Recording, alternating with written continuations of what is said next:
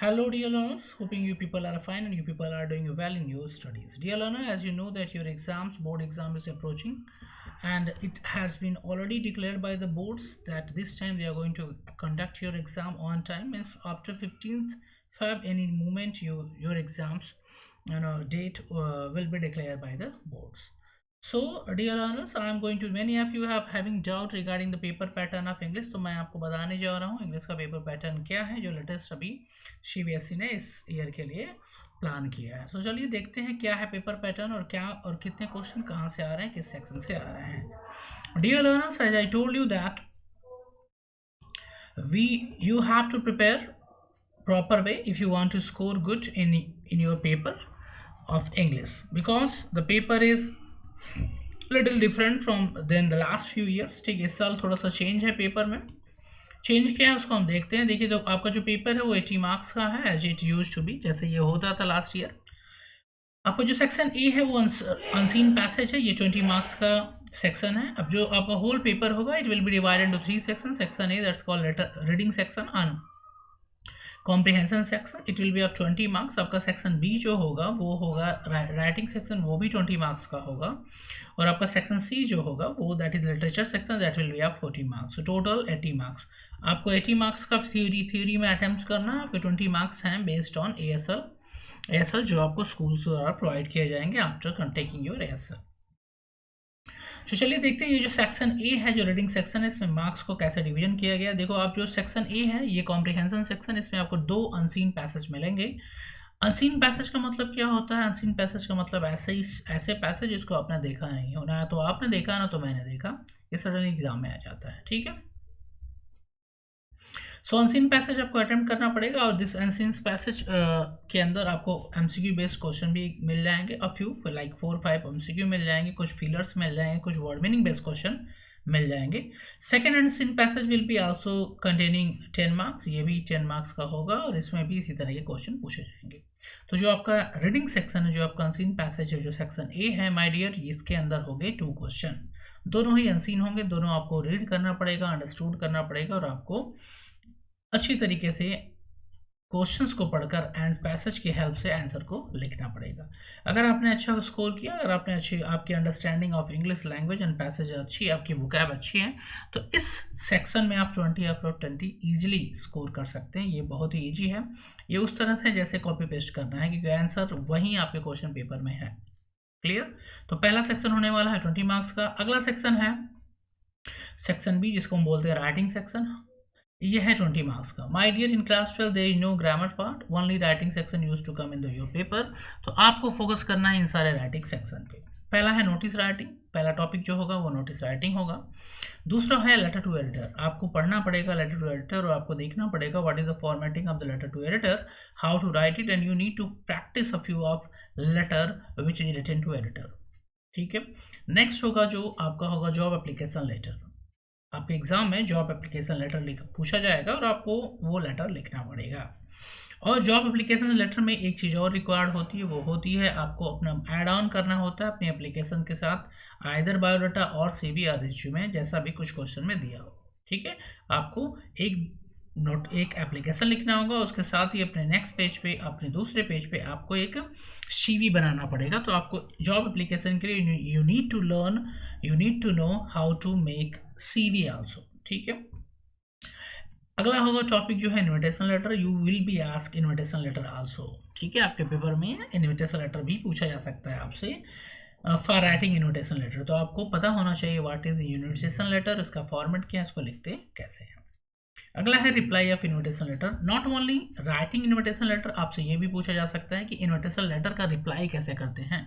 मतलब आप किसी ने इनवाइट किया किसी पर्पज पे, किसी इवेंट पे, तो आप उसको रिप्लाई कर रहे हैं, you are thanking for his invitation, या तो आप उसको एक्सेप्ट कर लेंगे या फिर आप उसको रिजेक्ट करेंगे, but in giving some condition कि भाई मैं नहीं आ सकता हूँ, ऐसा कुछ बता कर। तो चौथा टॉपिक होने वाला है आपका राइटिंग सेक्शन का इनविटेशन लेटर और पांचवा टॉपिक होने वाला है reply of invitation letter.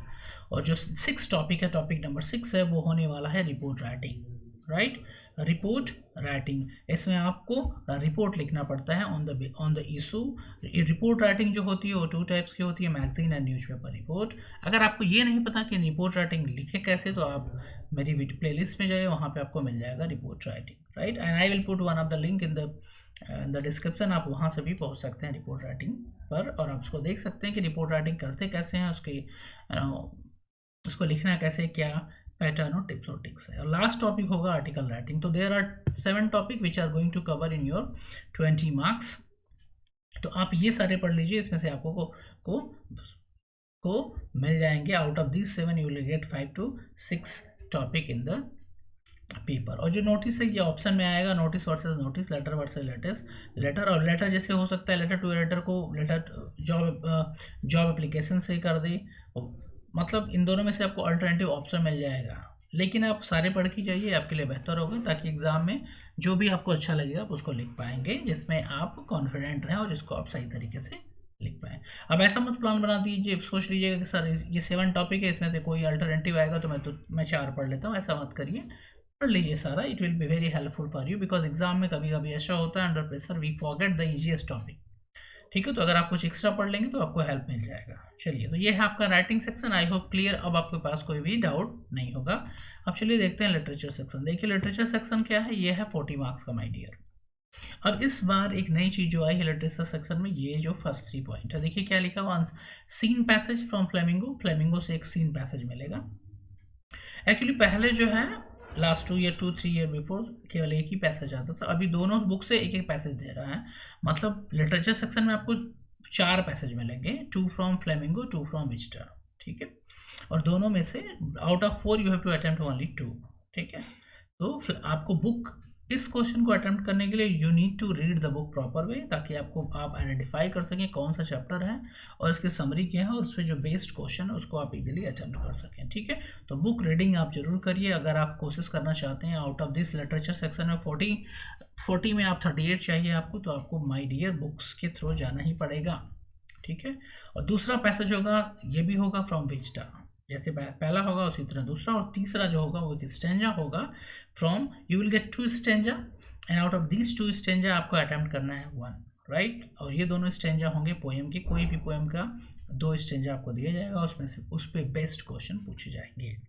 Poems में figure of speech based question भी पूछा जा सकता है कि इस पोएम में कौन सा फिगर ऑफ स्पीच है, तो इसको भी आप नोटिस कर लें, इसको भी आप एक बार देख लें। अब क्वेश्चन नंबर 4 की बात करें तो ये होगा आपके लिटरेचर सेक्शन में शॉर्ट आंसर। इसमें से आपको 5 क्वेश्चन आपको अटेम्प्ट करिए, मार्क्स नहीं है, ये 5 क्वेश्चन है। 5 क्वेश्चन आपको अटेम्प्ट करने पड़ेंगे शॉर्ट के, और एक दूसरा क्वेश्चन भी होगा शॉर्ट का, इसमें से 2 आपको करना पड़ेगा। लॉन्ग क्वेश्चन 1 होगा, और टोटल 2 लॉन्ग क्वेश्चन आपको अटेम्प्ट करना पड़ेगा। टोटल 7, अराउंड 7 शॉर्ट आंसर आपको अटेम्प्ट करने पड़ेंगे।